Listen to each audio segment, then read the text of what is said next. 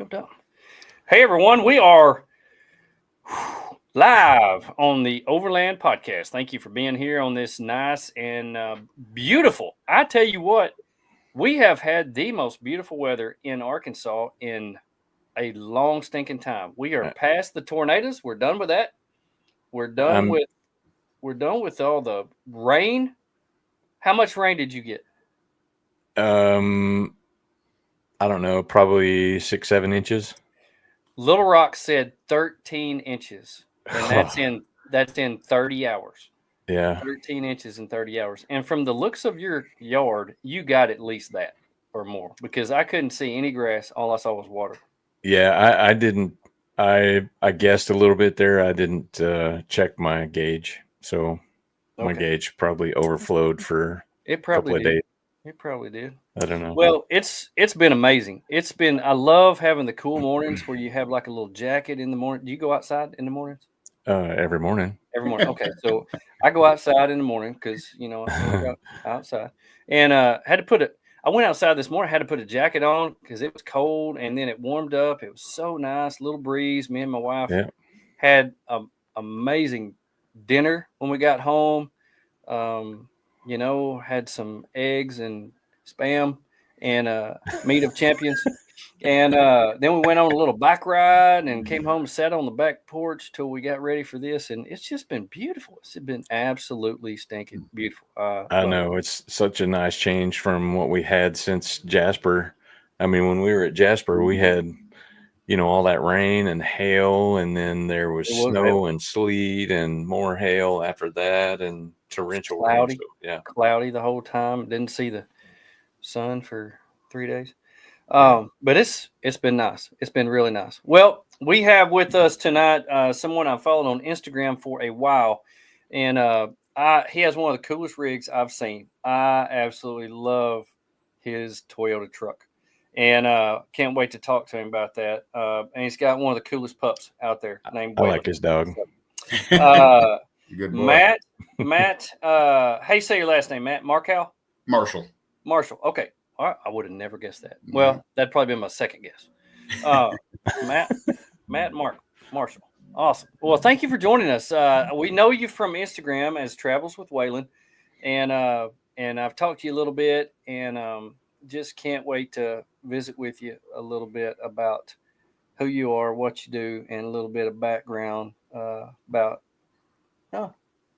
what puts you out there in the overland world and the outdoor world. So you have a very interesting background, and I can't wait to get to it. So if you would, give us a little background about who you are, where you're from. Introduce yourself for us. Well, my name is Matt Marchal. Travels with Waylon. It's my handle. My dog's named Waylon. We're going on 13 years together. Great pup. And from Ohio originally. And I moved out to Colorado in 99. I was doing construction management, and a company moved me out here and worked there for about a year and decided I wanted to become a shop teacher instead. It just never crossed my mind when I was going to college for construction management till we were talking about the job offers we had. And one guy said, well, I'm going to go work at this high school and be a shop teacher. That just blew my mind. So as things moved along on the job site, I said, well, I think I'm going to go become a shop teacher, and worked in grad school up at CSU and taught construction surveying there, and then landed my first gig in Missoula, Montana. So I taught there for about 3 years, and realized that I really couldn't pay the bills on about $20,000 a year. So I decided to seek out some adventurous work instead. Yeah.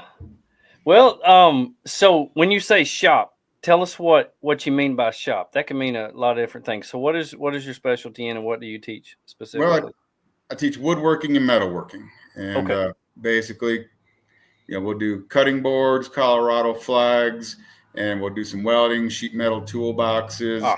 Basically, the introduction to hands-on, minds-on wood and metalworking.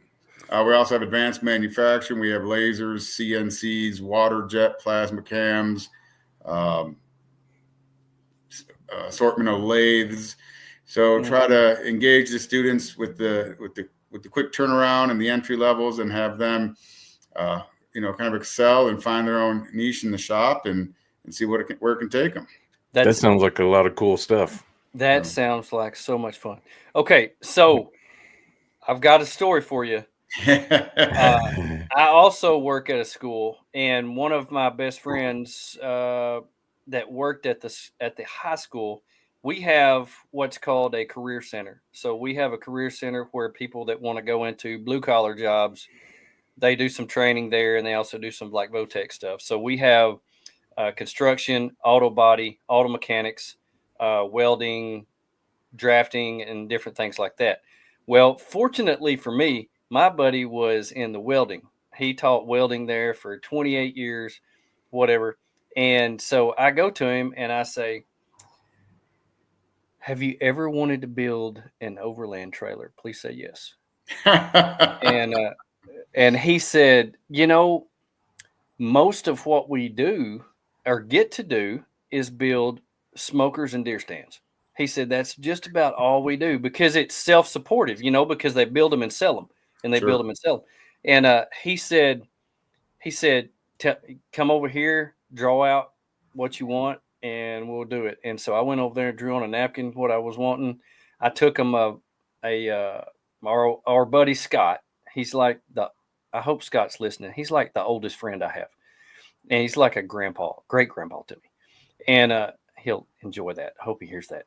But anyway, he was swapping out axles on his overland trailer. Had the axle off of a 1941 M100, I think's what it was. And so I took him an axle in there, drew out on a piece of paper what I wanted, and they built that thing from the ground up, from scratch. And I got to go in there 2 or 3 times a week and watch the process of how it was being built. And awesome. I've got that thing in my garage. It's a tank. I've pulled it to like 12 states. It is absolutely bomb-proof and incredible, and I love it. And so I love you guys. You guys that are out there teaching the guys. And what's cool about that is every time I get on Instagram, I post pictures of it or anything like that. Some of the students, while they were building it, they followed me on Instagram, and every time I post a picture, they would say, "I helped build that. I helped build that. I did awesome. This on that. I made the gates on that, or I put the floor in that, or that was such a neat experience for me, and I absolutely enjoy that and love it. And Tony's got the benefit from it too. He's got to eat some of the food been cooked off of it. Yes, sir. You actually slept in it. I did. They slept in it in Kentucky. That's right. So that was pretty fun. We did a trip with Go Explore out there, and I pulled the trailer because I was the chef for the week, and so everywhere I went, I slept in the FJ, and the trailer was hooked to the FJ, and Tony slept right behind me in the trailer. It was just like we were neighbors. It was fun. Yeah. During the day, I was the photographer, so I was. He was a photographer. I was running the trails, and then at night I got the benefit of sleeping on the trailer. So my wife says awesome. It's the trailer with the biggest drawer, and that's true. It's got the biggest drawer in the world. But anyway, I think that's so cool what you do. Teaching people, skills like that. Because if there was anything that I could go back and do differently, I would learn more hand skills, especially welding. Now that I know what I love to do, I wish I could weld. Gosh, I wish I could weld. That's such a skill that guys need, especially, and a lot of times they don't realize it till they're older. Do you come across that and see that with ones that have graduated? I see it more. I do the outdoor education program. So I'll have students in there that are seniors, and it's their last semester of senior year. And in my class with them, we all make a cutting board. Some of them might be their first cutting board. Some might have been in the class before as a shop student.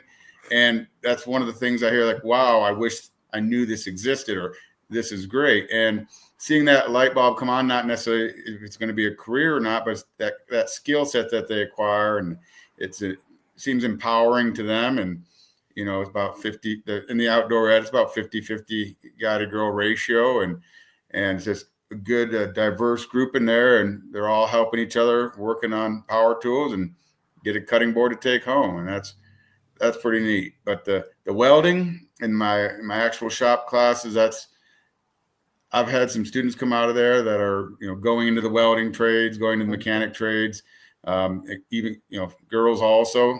They went to a couple semesters in my class. They went to the vocational high school, then got certified in welding. So it's pretty neat seeing that skill set and that light bulb come on and what they'll do with it. Well, tell us about, I saw where you posted that you actually had to go without Waylon for a while because you were actually out with students. So tell us about the outdoor classes or the excursions that you do with students, a little bit more about that. So Golden High School has a program called Senior Seminar Program, and it's an experiential ed program. It's going into its over 50th year now.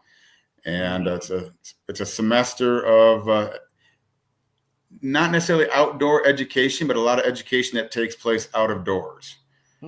For this particular group of seniors, they'll apply to it, and we'll narrow it down to about 25 students.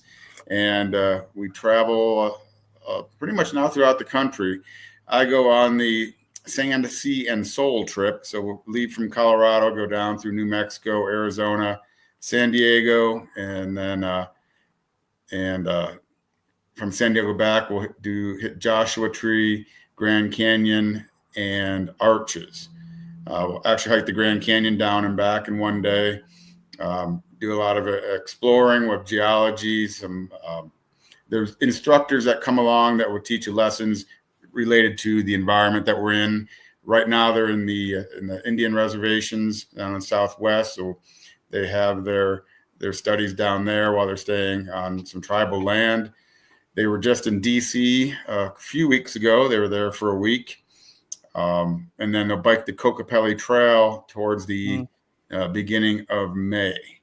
So it's a pretty intensive semester out of doors. And there's a lot of, like I said, it's a lot of outdoor activities, not necessarily an outdoor ed program, but the learning and the experiences do take place outside for the most part, just because trying to get a group and keep within budget. We do a lot of national parks, and it's a lot of we stay at a high school. We've stayed at a couple high schools before, so kind of community outreach. And like I said, they're down there on the Native American reservations right now. They've stayed in homeless shelters in DC where they've served the residents there, and in exchange for lodging, and just a unique opportunity.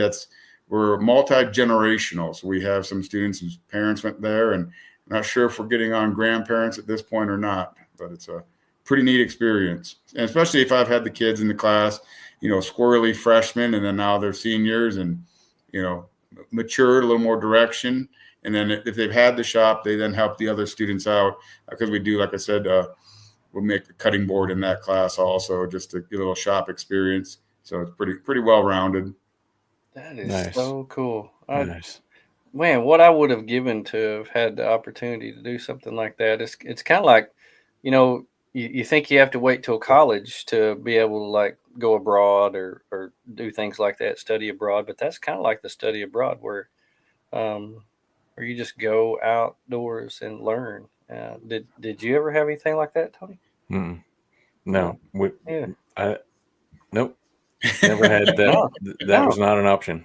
I love that idea. I think my wife's probably looking on your website right now, see if there's any job openings. It's pretty unique, and I'm going into over my 20th year of teaching, and I don't think I'd be doing the teaching still if it wasn't for the outdoor education aspect of it. I totally agree. It's probably not in the high school capacity. It's a real game changer. Seeing the kids evolve, and then being able to get out there and kind of teach in an environment that I'm passionate about, teaching them, respect for being outdoors, outdoor cooking, group teamwork. We divide about 25 kids. We divide into 5 groups of cook crew, clean crew, vibes crew, so it's that teamwork building while we're out there experiencing and learning. That it's like a traveling summer camp. Yeah, and it's in Colorado, so it's not like it's in Kansas or North Dakota. It's in Colorado. Yeah, they're getting to learn these skills and have this class setting in the mountains of Colorado. It's just, well, if they did it in Kansas, they'd go outside and learn about wind. Yeah, that would be it. Well, I guide for the junior rafting program also. Nice. So it's gone on for about the same amount of time, 50 plus years, and that's open to all juniors. And we do at least one trip a year, the Desolation Canyon in Utah on the Green River. And this year we'll be doing the Yampa River to the Green River in early May. And then in late May, we'll be doing the Desolation Canyon. So 2 4 or 5 day trips. Had students on there that have never camped before. So their first camping experience is 20 miles from the put-in on a river and, using a groover. Yeah. Break them in good. That's awesome. Right. Well, have you always been somebody who's loved the outdoors? Has this been something since you were little? I feel so. I went camping with my family a lot. My dad, he was pretty inspirational in getting us outside and camping, and just instilled that in me, along with the desire to do woodworking. So I think a lot of my formative years were camping and helping out, doing chores with him, and my grandma also. But I've always had this yearning to head out west. So I stayed through and finished my college off, but then as soon as I was able to, I sought employment out in Colorado. Landed the job and headed west. Wow, that's cool. Nice. I like how you incorporate a lot of your skills into your teaching, and I saw where you like built a snow cave and things like that. That was pretty cool. Do you like incorporating or going out and doing some of that and incorporating that into your teaching? Well, the snow cave is actually one of the school trips. So that's the first trip of the senior SEM program. So we divide into groups and we learn how to build Quincy huts. Not Quincy's, I think they're called. Quincy, the Quincy, it's the arch structure, but Quincy's are a type of snow cave where you're not digging in, but you're piling snow, then pulling it out. So we'll do that for one overnight trip, and if all goes well, that's their worst trip of the semester. If they can endure that, and still leave with a positive attitude, everything's going to be pretty smooth after that. So, and that's it's cold. It might be 0 degrees out, but stay around 30 in the snow cave, and I'll usually cook on that trip, so kind of feed them up real good. But we'll have some fires and they usually leave in pretty good spirits and looking forward to our what we have to come. But I came to Golden High School. I was working in Antarctica prior to that, so they thought that my service down there would be put to good use, teaching the kids how to snow cave. Yeah, I'm sure. Well, if you're living in Colorado, you got to know how to deal with the snow. I mean, there's a lot of it. Hotels are pretty nice too, Can't get in one, just build one. Yeah. Well, what inspired you to build your truck out? The way I built it out, I believe I was inspired by being in New Zealand. Seeing the rigs that they had down there, and just the function of them, the utility of them, and I think it was kind of the form followed the function. You built the utility in, and that was the rig you ended up with. And I love the drop slide. It's a ute bed out of Australia that I had. There's a company out in Washington State that brings them in.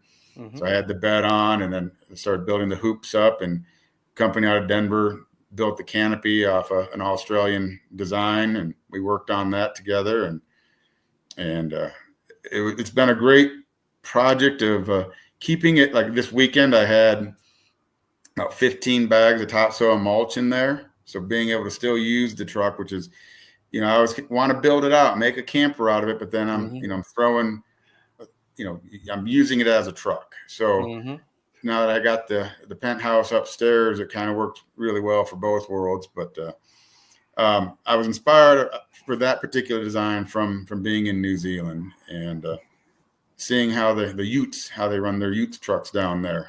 Yeah. I got a kick out of the name. I think I know what the name means, but I'm not 100%. It's something I learned in a movie. Dances with So wolves. yeah, Tatanka. Yeah, exactly. Yeah. That's the first time I ever heard that. They said That's where I got it from also. And, Yep. you know, I feel I've adopted the bison as my spirit animal at this point, and Yep. it used to be the mountain goat. I was climbing, hiking 14ers, and I'd see the mountain goat up there. And after a bit of a reprieve from doing that, I was on another school trip. We were in Jackson Hole, and I saw the bison just standing there in a snowstorm, but they were just doing. They were unfazed by the elements. They're persevering. And I said, I believe I'm more like the bison now than I am the mountain goat. And, you know, it's kind of my theme around the house too. So you got the.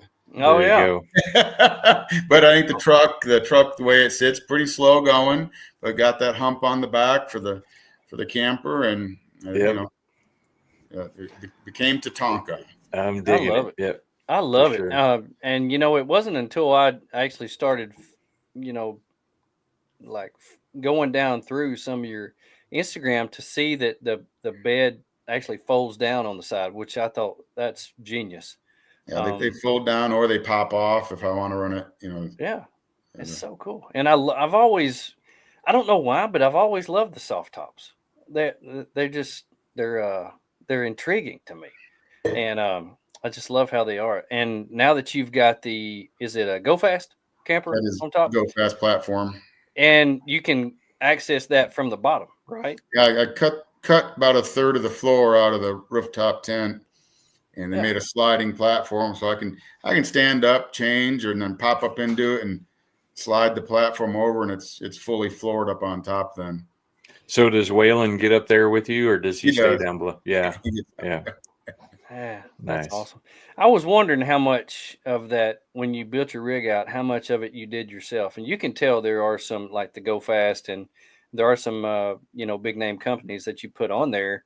But how much of it that you did yourself once you got started? The biggest custom feature on there is the steel cage, the hoops that go on top of the tray bed and below the canopy. And I worked with a buddy of mine, and he had better equipment for the bending and tube bending. I only had a pipe, and we did that out of DOM and welded that up. The canopy itself is completely custom, the canvas canopy. Some of the things I built were the light brackets, the sheet metal, you know, 1/8 inch aluminum for that, the filler neck holder for the gas. You know, there's some custom things that behind. It was a rear seat delete, so I have a platform in there. But it's been a more, you know, it's a lot of thought in the process of how can I use this and what can I use it for. The sliders, I can't recall the name, but they're pretty unique because they have a symmetrical design to where they have the curved approach in front, but then the reverse curve in the back. So they make an excellent straight step to access from the standing on them right in front of the rear wheel. But yeah, I bolted on the bumper and the slider. So, you know, buy and bolt just like the bed was. It was a flat packed when it came in. So, you know, I think I spent a lot of time trying to conceive what it is and how I'm going to use it. And then execute it slowly. doing the what was Tom Hanks on Castaway, you know, when he had that pile of boxes that washed up after he got situated, he sat there and he would just kind of stare and what can I do with this VHS tape? My students give me a hard time. And Marshall, why don't you just build this? And I said, look at what I build every day. Look at what we build. I said, that's kind of sometimes the last thing I want to do. But one of my students actually turned me on to Instagram, and it was, I forget the name, which site it was, but he was showing me some builds he wanted to do. So he was going through a whole bunch of them. And, you know, on his rig, we built sliders from scratch. We built a sleeping platform with drawers that come out. Another kid built a full-on wedge camper based off the Go Fast. So a lot of things, you know, I'll give these students some ideas, some inspiration. We'll work on a plan, cut list, and make it happen. And then, maybe some of my DIY kind of fades a little bit when it comes to myself, and I'll see what's available to not reinvent the wheel and put that on there. That was kind of how I started when I got my FJ. Everything that I had on there was made at the welding shop, the roof rack, bumpers, sliders, everything. And then, over the years, I upgraded a little bit to aluminum because, good Lord, that was the heaviest rig. I think it was about the same weight as a D6 dozer. It was just absolutely incredibly heavy. Ended up, me and Tony put airbags on it so I could set it back up straight. But I totally get that, where you're in there and doing everything and figuring everything out. But it's so fun to help students out and teach them how to do that and get them outside like that. Did you do anything specific for Waylon when you built it?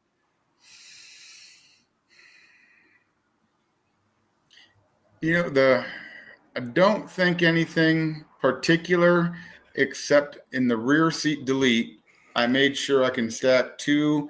They're called quantum tubs. They're the way they're stacked. His dog bed fits on top of there, so it sits not too high, or he can lay back there if I happen to have a passenger in the vehicle. So that's kind of his riding platform. I have my Dometic fridge, little box, little what do you call it, a power bank, and then two stacking boxes in his dog bed right on top. And he knows by the time I get in the back, he gets right up there and just kind of, that's his perch. He's getting older, and I don't like him jumping out of the truck bed because that sits up there pretty high. But you got to be careful with that when they get older. My dog's getting on up there too. I got to watch her. Especially in the rooftop tent, because she likes to sit up there and look out, and I'm afraid she's going to see something and jump out one of these days, not even thinking. But you really got to watch them when they get a little older. Tony's dogs are getting older too, and Diamond's 8 and Sadie's 5. So yeah, I think that's PJ's around 8 now, but she's like 17. It's what she looks like. She's aged a lot. But anyway, is there anything about your rig that you would do over if you had it to do over again? I'm really happy with where it's at. And I always go back and forth, like, would I have done a, say, 4-wheel camper, flatbed camper, or other ones they make that will accommodate a flatbed, or slide in with toolbox sides. So there are other things I would do if it wasn't a dedicated truck, or if it was a dedicated camper. There are a lot of things I would probably do different. Yeah. This one, the way it's evolved, I can 6 bolts, and at this point, probably 4 guys, I can easily slide the whole rack and rooftop tent off at once. So there's some slides under the cage, and 4 guys easy, 6 bolts, slide it off, and I've got a flatbed. So the utility aspect of it, I wouldn't change that right now. Down the road, maybe if I'm doing less work, less yard work, maybe something that would be more of a habitat back there than less mulch. Something that's, right now it's a truck I can camp in. And before I had the rooftop tent, it was, I'd have to be in the bed of the truck. So whatever residual was in the bed of the truck, I'd have to clean out, whether it be mulch or firewood or whatnot. And I didn't like that. So the rooftop tent, the Go Fast up there, that was a big game changer. And I never used it I've not accessed the rooftop tent from the outside yet. So it was ready to go with the access hole from the inside, the moment I was putting it on. So nice. I don't know if I would have enjoyed it, or if I'd be enjoying it if I had to access it through a ladder, and not being able to stand. So being able to stand in the bed of the truck, being able to pop up into the Go Fast, that really changes the whole experience of sleeping on an aluminum truck bed. Even with the canvas around it. there's so many cool truck campers out there now, whether you're building them your own, but just available commercially. Like if I do more of a dedicated camping rig, we'll see what options. But right now, I'm really happy with what I have. Nice. I think you should be. It's a cool rig. Well, just for future reference, if you ever need to know, Walmart does deliver mulch. There goes my whole Good grief. I had 16 bags of mulch delivered last weekend while I was working on Arla's Jeep. Sounds like work. That sounds Now, like a lot of work. It's 2 trips. It's 2 trips because they'll only deliver 8 bags at a time. What? Mm-hmm. Well, they deliver it on a motorcycle? In there. Well, no, that's. Is that the drones delivering it and dropping it from the sky? No, just targets out in the backyard for them to drop them on. Yeah, you got a big target back there. They put them in the back seat of their cars or in the trunk or wherever it'll fit. They put 8 bags in there. So that sounds horrible. Well, Matt, I want to ask you about some of the gear that you use. We have something in common.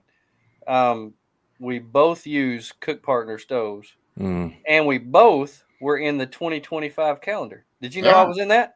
Yeah, congratulations on that. Yeah, thank you. Made that. So that was pretty cool. Yeah, there it is. Waylon made it in there. Love the Cook Partner stoves, but tell us about some of the gear that you have that you absolutely love and would never change. The Cook Partner, for one, that's been a go-to even before the rig was built out. And I have no idea how old that Cook Partner stove is. It was a 4-burner. Was it the folding one? Yeah. And it was I cut off the folding parts. I don't have a lid for it, and cleaned up the burners, and it's just been my go-to. So that Cook Partner, I like that a lot. I have a Dometic fridge, and having that with my EcoFlow power supply, like that, just you're not looking for ice. You don't have to worry. You can plan your meals as if you were at home instead of like, what needs to stay frozen on the bottom. I'll still put frozen stuff in there to, if it's going to be out for a few days, and that keeps the fridge from running all the time. So I really like having a fridge, having a power supply up there, and I like powdered coffee. I didn't really use much instant coffee before I started going on extended trips. It was novel. I did French press at home and French press out camping, but that's a lot of work, and just trying out some of the instant coffees out there. I'm enjoying that. Let's see. I have Waylon has a Hest sleeping pad. He seems to really like that a lot. Yeah, I'm sure. I bet. That's white collar sleeping pad. That's bougie. That's bougie for your dog. Yeah, that's awesome. So he seems to enjoy it. Maybe I'll splurge and get myself one if I. Yeah. That's funny. Yeah, I'm trying to think what. I have a box. My lodge cast iron. I've got some of their just carbon steel. I really enjoy having that cookware with the nice even heat distribution on the Cook Partner stove. The Go Fast, I chose it. It's USA made, and I really like that. I like the simplicity of it. Kind of a, here's your enclosed structure. Do with it what you want. And being lightweight, low profile, and made in Montana, that was pretty awesome. It fit my truck. Kind of mimics the style of the aluminum tray bed on there. So I really like that. I play around with an assortment of different gear, kind of depending on how long I'm going to go out. A lot of my old stuff from the 90s was, at that time, cutting edge backpacking gear. So that stuff's phasing out, and I'm trying to kind of reconfigure my lightweight stuff and see what the future has for maybe some lightweight trips, whether backpacking or do a motorcycle. I have a TW 200.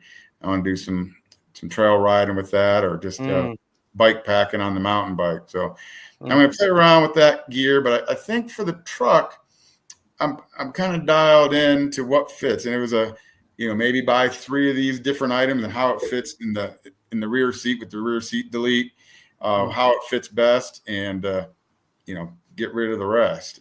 So I got a little Engel dry box. So it kind of works as a supplemental fridge. It's real lightweight. I like having that. But the fridge and the power bank, I think that changed a lot of things. As far as being able to repower up your phone, keep the camera going, keep the fridge going. I've got a little induction cooktop I can use too. Don't use the induction cooktop much, but I use the Stokes Voltaic kettle pot a lot. And I'll preload that with water. I'll put it. The Tacoma has the fold down seat, so that becomes my coffee station right there. I'll load it up with the water at night, have it plugged in, and crawl out of the top, hit play on that. Take Waylon for a quick little walk. Come back 5 minutes later. I have boiling water, inside the cab of the truck. So it doesn't matter about weather. So that Stokes Voltaics kettle pot, that was pretty awesome. Still is. And there's different functions. You can cook in it if you want to heat up like a stew, or it does make popcorn. But the boiling water on that's pretty awesome. I have a large kettle large skillet that I put on the cook partner, so that occupies both burners. So being able to not run a splitter on a propane tank and just in the out of the weather, it's in the cab, that works great. So nice. We have definitely discovered that even if you do have like a cook partner 2-burner stove, having something like a backpacking stove of some kind, like a jet boil or something in addition to that, is priceless, because you always have to boil water. You always have to have something like that. So it's really nice. Tony was my water boiler last time we went. It seemed like he was boiling water the whole time we were there for coffee. It was funny. I mean, it was at Jasper Jeep Jam, right? Yeah. So we were going through the coffee. Yeah. Well, it's kind of fun when a lot of people come around, when you're just standing there at the back of this was at an event, and standing around, a lot of people show up and they're like, "Y'all got coffee ready?" And Tony's like, "Give me about 2 minutes. 2 minutes, it'll be ready." I think a lot of I think, Colin, what I do overlanding is probably a stretch, maybe some extended truck camping, but where I can wake up and enjoy the view with a cup of coffee is about half of what it's about for me. That's you're speaking my language. Yeah, speaking my language. Yeah, and some of the pictures that you post, you find some amazing spots. What are some of your favorite places that you like to go? There's we were talking about this. The San Juans are really hard to beat. Just the scale of those mountains and the openness and the feeling of being alone when you're in that area. That's incredible. It's quite a haul even for me. I'd say it's probably 7 hours to get into them. Here in Golden, Colorado, where we have some pretty accessible sites within about an hour or so away. So I can do a less than 100-mile round trip and be in some pretty spectacular places. Some of the reservoirs, forest roads going up to reservoirs. The mesa right out the back door. I like going for a morning hike with the dog and bringing the coffee. That's when I bring my backpack and old Prius backpacking stove and make a little fire on the mountain coffee and Man, you're going old school with the Primus there. I love that. Primus been around a long time. My first stuff was acquired in the 90s. You gotta pump it and make sure oh my goodness. Wow. I carried an old Primus to Nepal, and we were in the Himalayas in Nepal, and the food there was so bad. I had some freeze-dried meals. I cooked every meal we had on an old Primus stove with diesel fuel. Oh, wow. That Oh, was the only kind of fuel we could get. Smoke. Oh my gosh, it smoked. It turned everything I had black. I had to do it on the front porch of the hotel that we were at. We paid $6 a night for this hotel. That's how. Oh man, it was something. But yeah, I would have thought the food would have been better. well, the food at this place was not good. So Probably had a little less diesel smoke in it.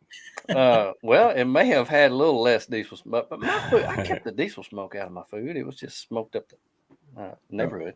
One That's of my cool. favorite spots, though, one of my memories on a school trip. So I get to go a lot of places on the school trips that they're out of my regular realm, I'd say. So, but this year, I've been to Joshua Tree a handful of times, but this year, waking up to snow in Joshua Tree and opening up the vestibule of my tent and making coffee right there with the snow on the ground, the snow on the Joshua trees. That was a pretty surreal experience. Yeah.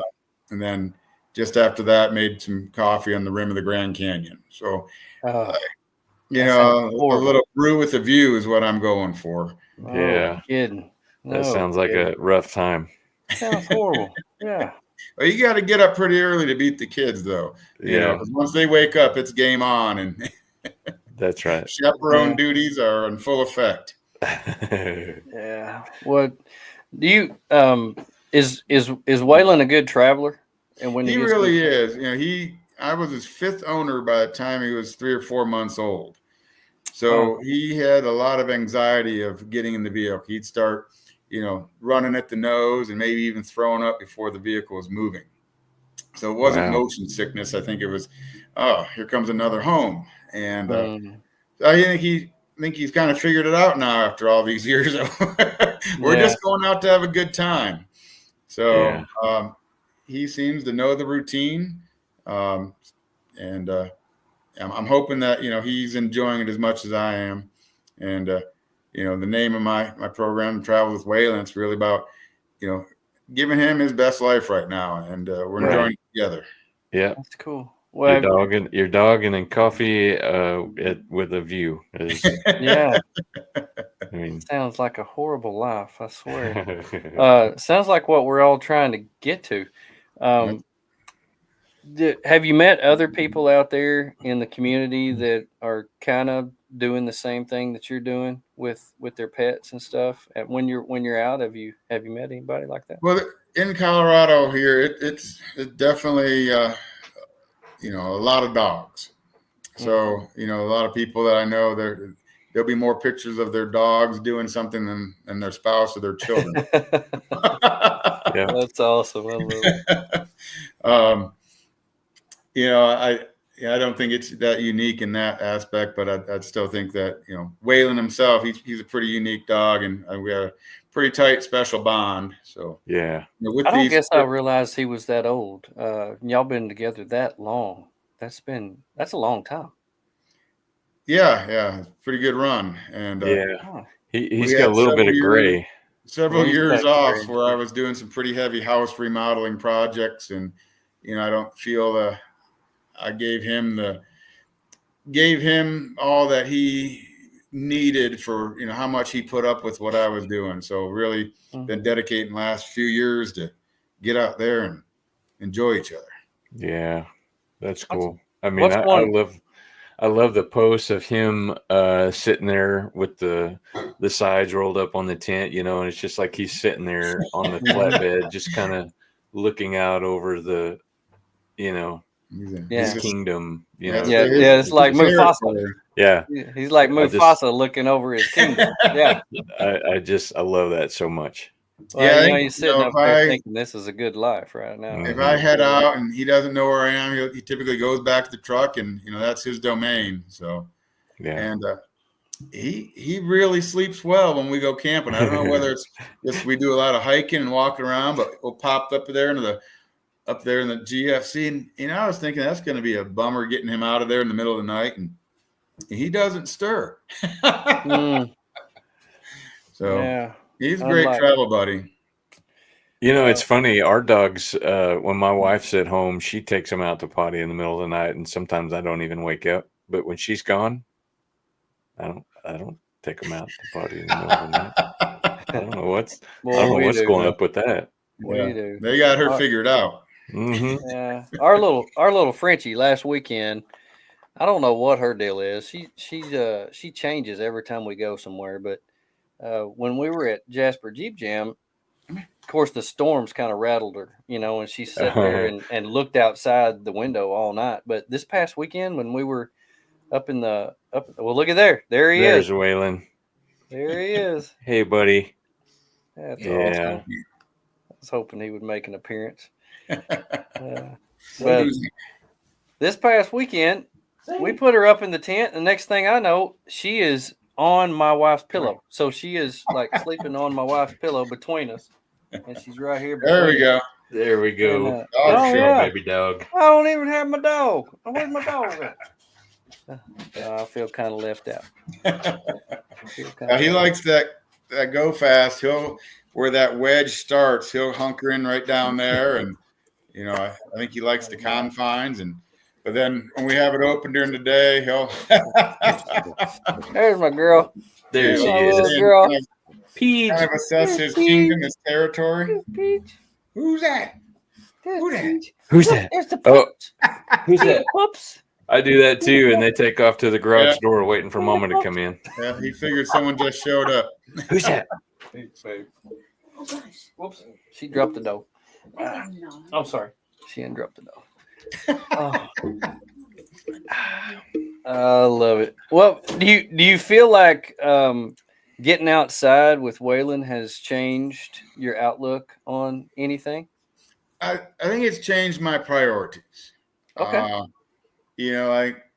I'd go out a lot. I'd hit the brew pubs up after work, or see what type of social activities I could get into on the weekends. And I was saying, like, I was doing a lot of work on the house and kind of neglecting him to the extent of where I felt we could be doing something better together and probably better for myself. So I think, took that opportunity to see what's out there. Instead of finding excuses, we found opportunities, and we were, exploring places maybe I went to 20 years ago and seeing what they're like now, and finding new trails, new terrain, and just, getting out there and getting after it. So I think, but I think there was a little bit of guilt, how good of a dog he's been, and thinking that there's a lot more opportunities out there to, experience with him. So I think it's awesome. Gotten, instead of walking down the street, I got a yard, I can just let him out. But, instead of just doing that, let's go out and explore and see what comes of it. Yeah. We adopted our little Frenchie a couple years ago, and she was abused. She's got one blind eye. She's got half an ear. She's got, just, you could tell that she had a rough first several years of her life, and they teach us a lot about ourselves, about what we want to invest in, and it does change our priorities. We want to give them the best life that they possibly can have, and I love that, getting them outside. And she loves walking on the trails. She loves sleeping in the camper. She loves getting out and exploring the woods, and I love taking her to do down in water. She loves laying down in the water and getting nasty. Especially right before it's time to get in the tent. She loves getting nasty. Sure. So, that seems about right. Yeah. We had fireworks here the other night. Colorado School of Mines is, in Golden, Colorado. And they had E-Days, which is engineering days, it's an engineering college. And they have their annual celebration. They had fireworks Sunday night because it was, it was really dry on Saturday, so they didn't. We're out there, and he's out. He likes to go bark at the fireworks. But we had rain that night, and he comes back. He was about 8 inches deep on each leg in mud. I was looking like, how did that happen? And like I said, I was just doing some yard work and whatnot, so I had an area raked out, and it was kind of fresh. And it was fresh, and he found it. And, right before bedtime, and it happens at home, it happens in the tent, and happens in the truck topper. If there's one thing that one piece of advice I can give to people, if you take your dogs out camping, overlanding, whatever, bring more towels. you're going to need more towels always for mud, wet, nasty, whatever, because if they find it, they're going to get in it. That's And fact. if you only have one small bed that everybody has to sleep in, the last thing you want is a nasty dog in that bed. So bring more towels. Yes. Any advice you could offer with all your experience of taking Waylon out with you? I was hesitant at first, making sure that I didn't, what gear I had, or having the right gear, or having the right setup, or it not packing the right way. And I think the planning aspect got in the way of me actually doing it. So you don't need everything to go out there and do it. You need enough to get you through. You need enough to be safe. And if you're out there, you're probably going to have a good time. But, I spent a lot of time and, kind of stressing over the details of what I actually needed rather than getting out there and getting after it. So I think just do it. Yeah. And, I bought and spent a lot of time on things and completely revamped the plan after using them. So I think just from use and enjoying your time out there, you'll find out what it is you need and where it is you like to go. Yeah. That's so true. So true. Well, what's in store for you in 2025? What can we expect to see? 2025. Well, we'll probably do a little bit more of the same. Yeah. Well, hey, if it ain't broke, don't fix it. That's right. One thing I did want to hit was the sand dunes, the Sand Dune National Park there, great sand Great dune. sand dunes, yeah. And I'd like to hit that early summer and see if I can hit that when the water's flowing through there. So I've been there when it's been frozen or the snow on the ground, and I would like to experience that in the spring, late spring, and see what that's all about. I don't have any other particular destinations. I'd like to do another trip down to the San Juan area, and maybe hook up with some old buddies and see if we can rally together. As we're getting older, people have their own lives and families. It's harder to get together. So some buddy trips, and we'll see what comes out of it. I like it. Are Any the passes? Oh, go ahead. I was just going to say, are the passes getting close to opening up? I don't know what the snowpack is on, but a lot of times it's mid-July. Yeah. It seems like I read somewhere where some of them didn't get quite as much snow this winter. So is that accurate? I don't know what the snow has been. Okay. They still could get more though. It's right. Oh no. Oh well, that's true.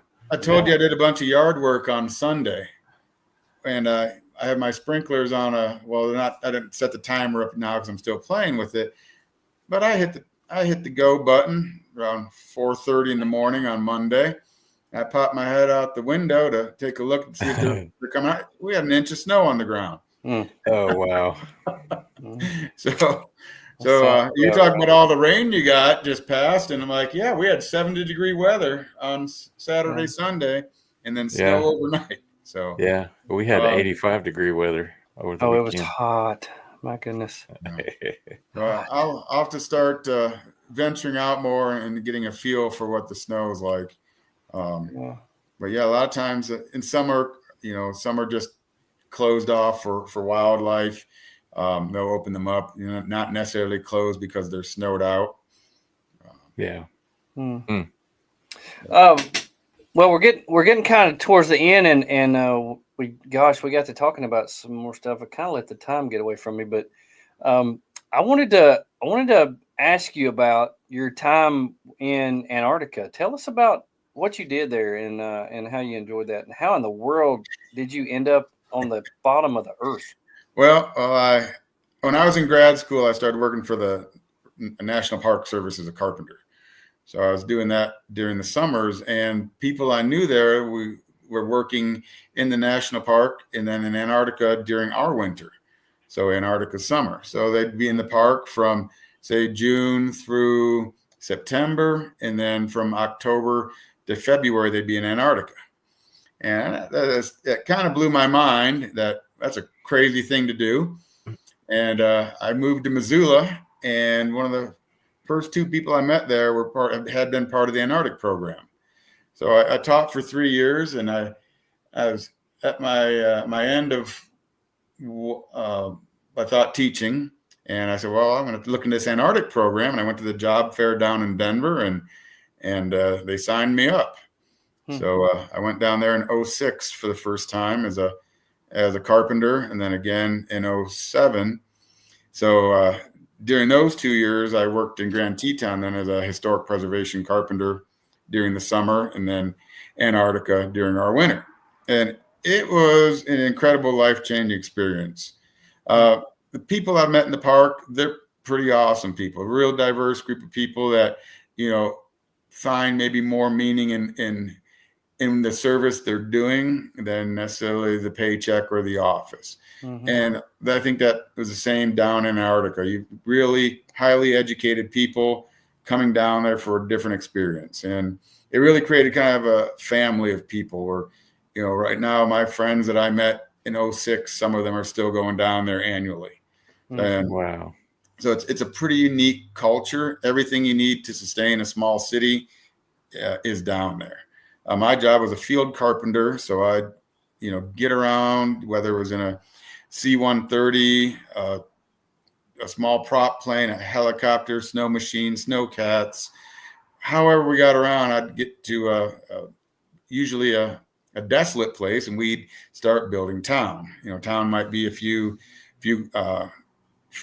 tent structures or whatnot. The scientists would come in, they'd do their research, and then we'd come back out later part of the season and take those down. Built some permanent structures, though, too, a really incredible timber frame helicopter pad, some hard pack units that were shipped out, a lot of boxes. Wow.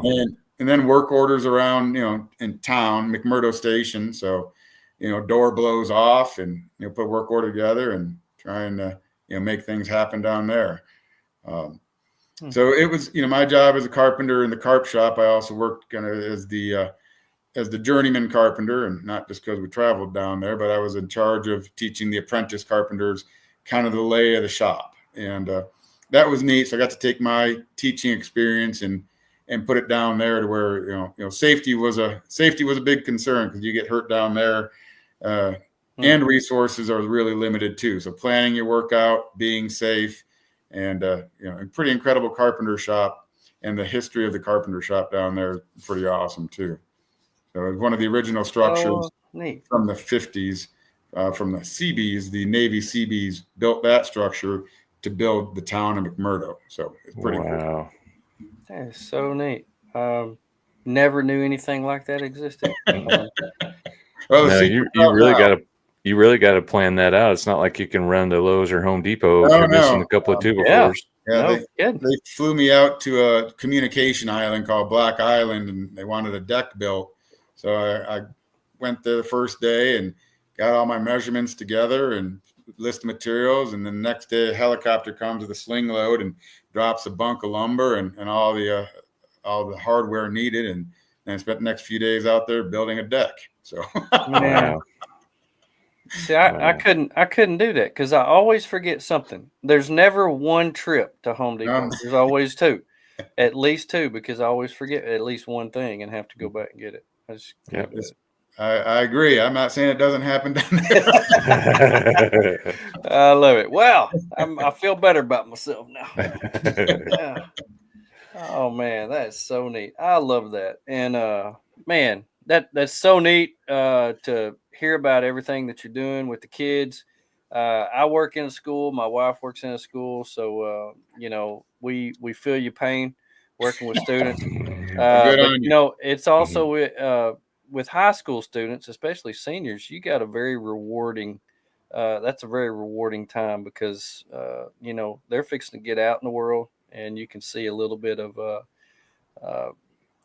reward for what you're doing. And it's with my wife and I work in middle school, so it's a long time before we see any reward come out of what we're doing because they're still kids and still making dumb decisions.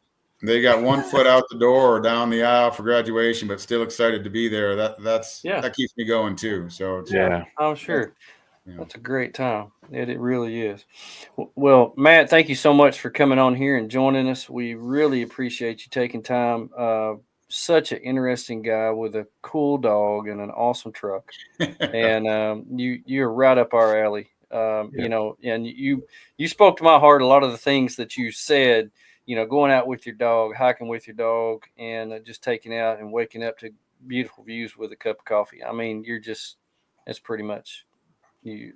That's it. That's it for me. Love it. Right. That's right.